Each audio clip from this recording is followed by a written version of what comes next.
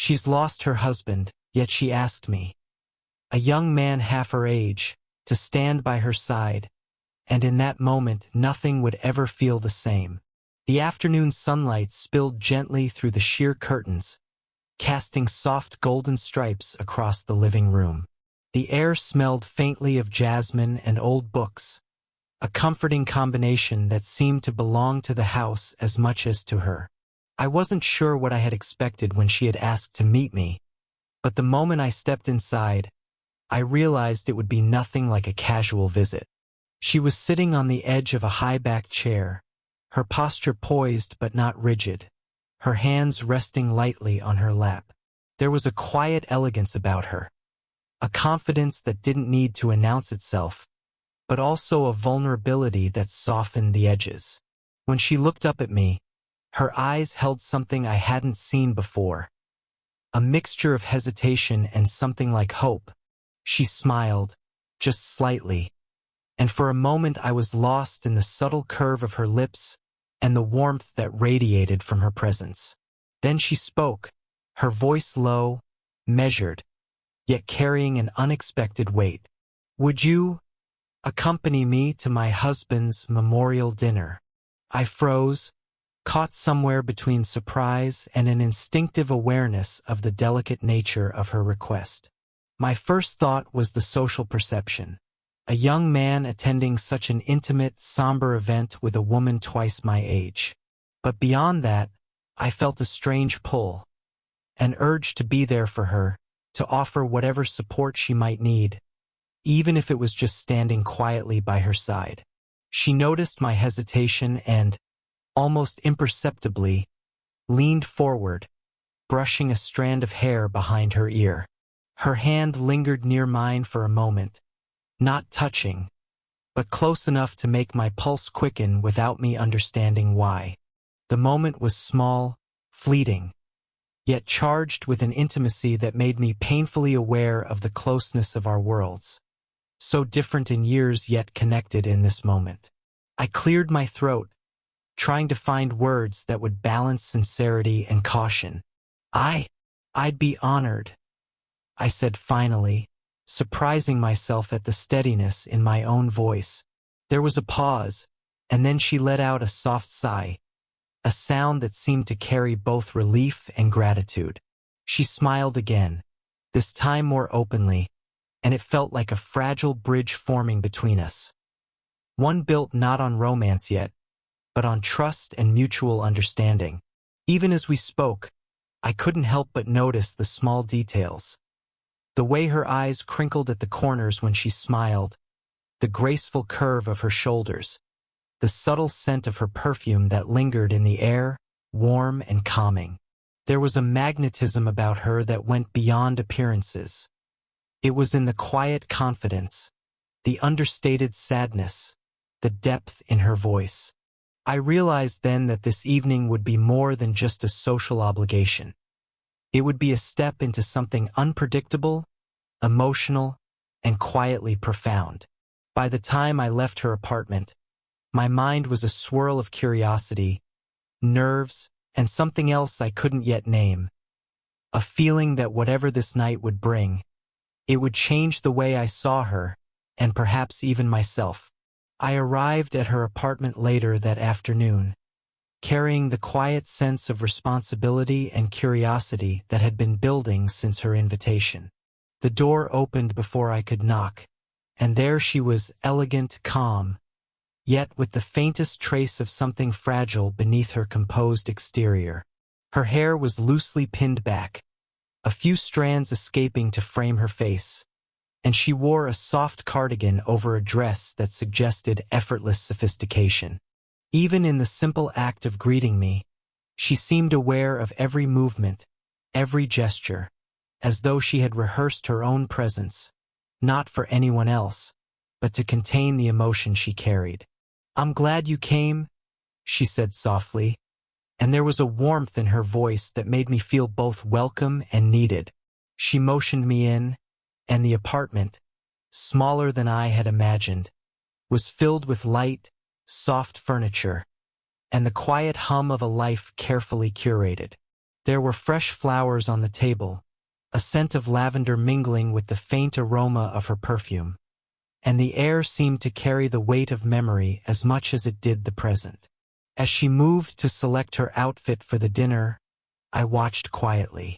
There was a ritual in the way she examined her wardrobe, a delicate deliberation in choosing a dress that balanced respect, elegance, and subtle allure. I noticed the small details she allowed herself. Her fingers lingering on a necklace, a locket I assumed belonged to her late husband, before deciding to wear it. Each choice was purposeful, and yet tinged with a quiet melancholy that made the moment feel intimate, almost sacred. She glanced at me once, catching my gaze, and there was a flicker of something unspoken. Trust, perhaps, or the acknowledgement that I was here to witness, not intrude. "I hope it won't be too awkward," she admitted, a hint of vulnerability threading her words. I shook my head gently, offering a smile. "It won't be. I'll be there with you," I said, and the simple promise seemed to ease some invisible tension around her shoulders. As she slipped into her dress, I couldn't help but notice how the light caught the contours of her figure, the elegance of her posture, the subtle curves that spoke of confidence and care. She moved with a quiet grace, yet every now and then, her hesitation betrayed the depth of her emotion. A small pause to smooth her hair, a deep inhale before she approached the mirror. I felt a surprising surge of protectiveness, not in a possessive way, but in a sense that I wanted to shoulder some of the heaviness she carried, even if all I could do was stand quietly nearby. Then came the moment she looked at me directly, eyes meeting mine with a steady intensity. She adjusted the bracelet on her wrist and extended her hand slightly, as if seeking reassurance. Without thinking, I stepped closer, helping her fasten it. The touch was fleeting but meaningful warmth transferred through that small contact, and I felt a subtle electricity pass between us, quiet but undeniable. By the time she was ready, the room seemed charged with anticipation. We shared a brief smile, each of us aware of the unusual closeness forming in these small, deliberate moments. This dinner was no longer just an obligation. It had become an event heavy with unspoken emotions, a shared experience that was already weaving a connection neither of us fully understood yet. The car hummed softly beneath us as we drove through the city streets, the late afternoon sun bleeding into shades of gold and rose on the horizon. The air inside the vehicle was quiet, punctuated only by the occasional soft crackle of the radio and the gentle rustle of her cardigan as she adjusted her seat. She sat beside me, poised, yet there was a subtle tension in the set of her shoulders and the way her fingers traced the seam of her purse. She was composed, elegant, and yet humanly fragile. Every small gesture hinted at the weight she carried. For a while we said nothing, each of us absorbed in our own thoughts. I kept stealing glances at her, noticing the way the sunlight kissed the curve of her cheek, the soft glimmer in her eyes when she caught a reflection of herself in the car mirror. She caught my gaze once, and there was a flicker of something unspoken in that brief eye contact, an acknowledgement of the unusual intimacy of the moment. I felt my pulse quicken, aware of the closeness, the physical space between us, and the quiet hum of emotions neither of us yet named. "Do you get nervous in situations like this?" she asked suddenly, her voice breaking the silence but not the calm. I hesitated, then shook my head, trying to sound casual. "Not really, but I want to make sure I don't embarrass you." She let out a soft, almost imperceptible laugh, and it was the kind of sound that warmed the chest, easy yet fleeting. "I'm not sure I need protecting," she replied lightly, but her eyes softened in a way that betrayed the faint vulnerability behind the humor. As the city blurred past, our conversation drifted like gentle waves. Small talk about traffic, the way the sun sets over the skyline, the taste of the coffee we had picked up earlier. And yet, beneath the casual chatter, there was a rhythm forming, a quiet intimacy that grew from shared silence and careful observation. I noticed the warmth radiating from her arm, the subtle brush of her sleeve against mine when she shifted. Each accidental touch lingered longer than it should have, a quiet spark in the dimming light. At one stoplight, she rested her hand near mine on the gear shift, not touching, just close enough to make my awareness acute. It was a fleeting moment, easily dismissed as coincidence, yet it carried a weight that resonated through my chest. I wanted to say something to acknowledge it, but words failed me.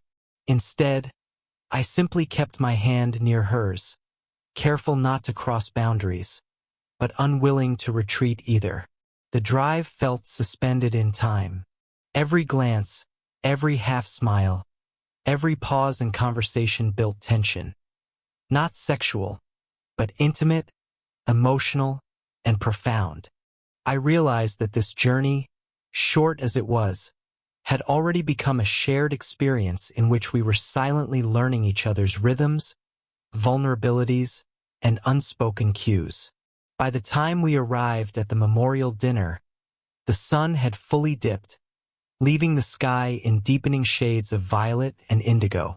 We parked, and as we stepped out, the subtle brush of her hand against my arm felt like a confirmation of something neither of us had yet named.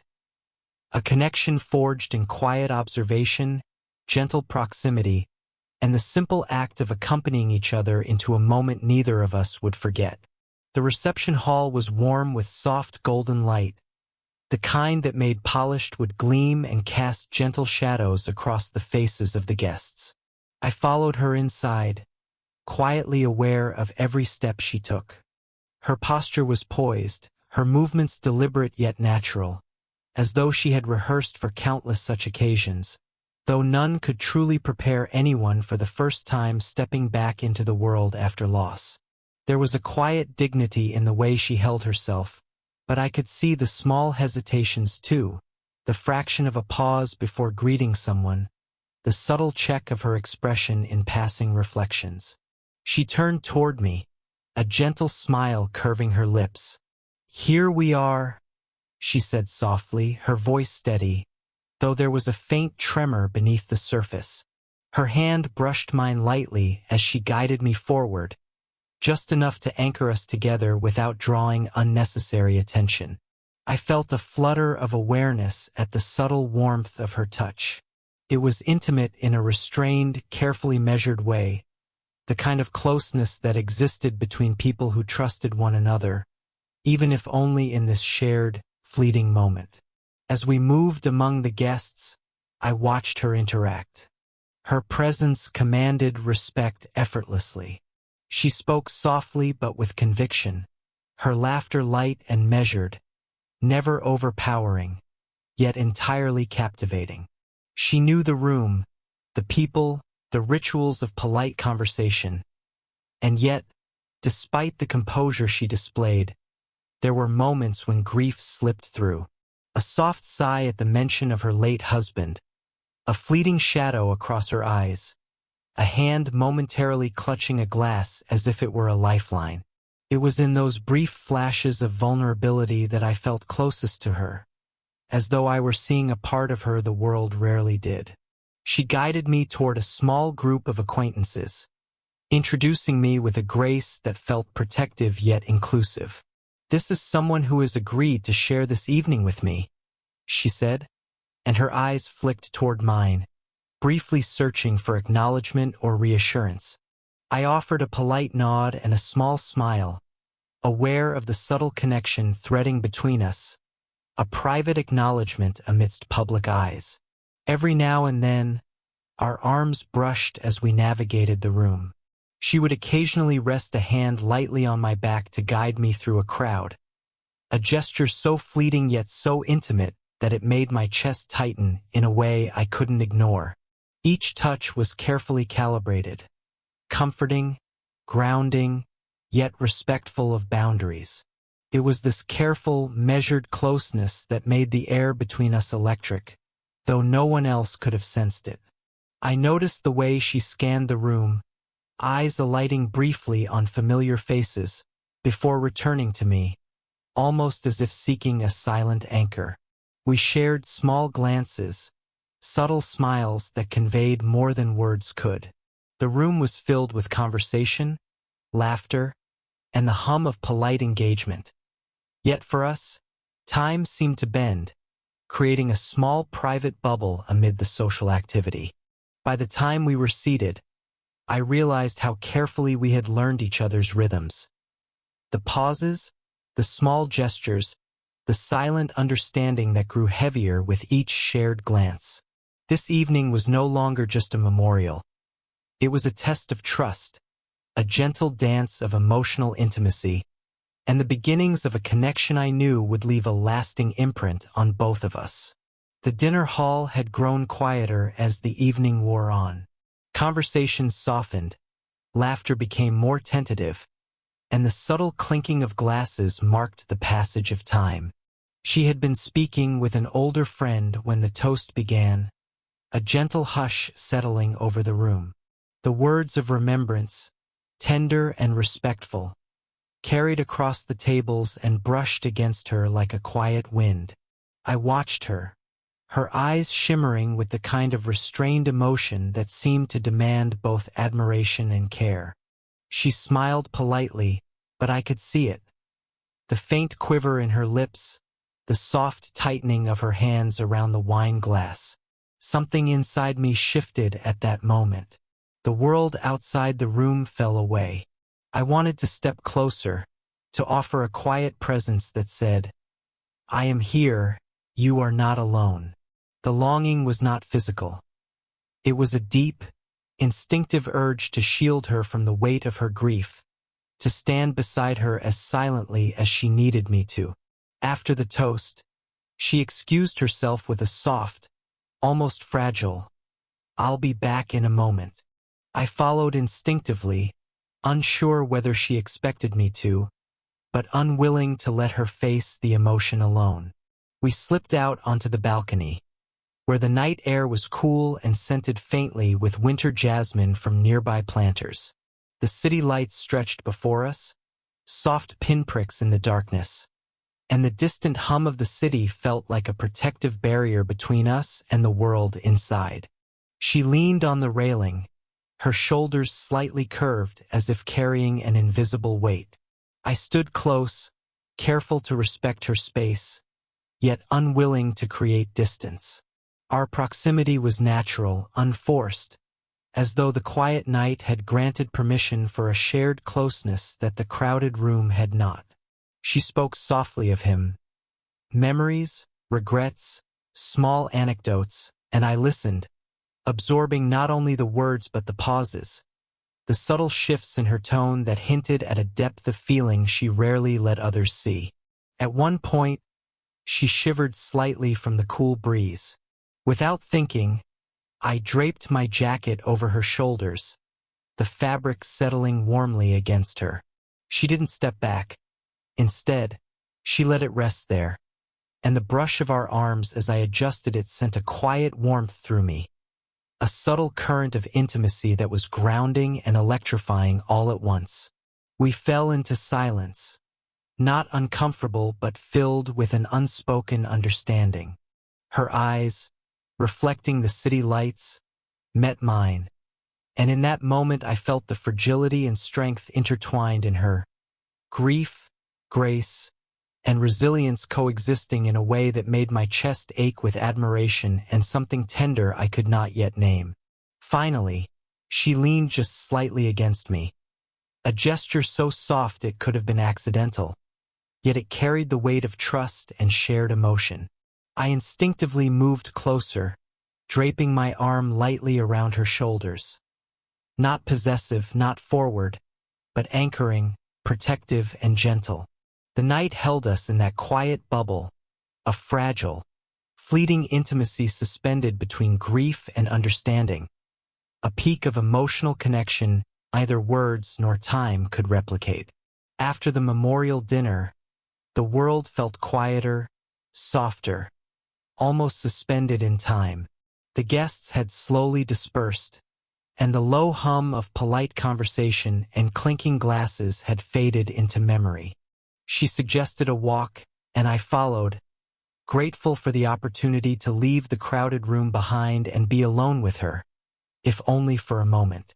The evening air was crisp, carrying the faint scent of winter jasmine and damp earth, the distant city lights glimmering like scattered stars along the streets. We walked slowly, side by side, neither of us speaking at first. The silence was comfortable, a shared pause that allowed each of us to process the weight of the evening. I noticed her hands tucked gently into the pockets of her coat, her fingers occasionally brushing the fabric in nervous rhythm. She seemed smaller somehow in the quiet of the night, yet still commanding in her presence, a paradox of vulnerability and strength that drew me in despite the caution my mind tried to enforce. Finally, she spoke, her voice low and intimate, meant only for me. "It's harder than I thought it would be," she admitted, glancing at me with an honesty that pierced through the protective walls she had built over the years. Her words weren't just about the memorial. They were about the grief she carried, the loneliness that followed, and perhaps even the weight of inviting me into this private sphere of her life. I felt a surge of protectiveness, tempered by respect, and I matched her openness with my own words. "I can't pretend I understand fully," I said carefully, "but I can be here. I want to be here." I didn't take her hand, but I shifted slightly closer, offering the comfort of proximity without crossing boundaries. She looked at me then, eyes soft and searching, and in that gaze I felt the fragile beginnings of trust deepen into something quietly profound. We talked about him, her late husband, his quirks, the laughter and tenderness he had brought to her life. She shared memories, some joyful, some tinged with sadness, and I listened, asking gentle questions, leaning in slightly as if to better catch every nuance. Her voice, steady yet vulnerable, created a rhythm between us, a cadence of shared attention and unspoken understanding. It was during these moments that I realized this connection was not fleeting. It was being forged through empathy, patience, and presence. At one point, our hands brushed as she gestured while speaking, and I caught her gaze immediately. She smiled faintly, neither embarrassed nor flustered, but acknowledging the subtle intimacy of that fleeting contact.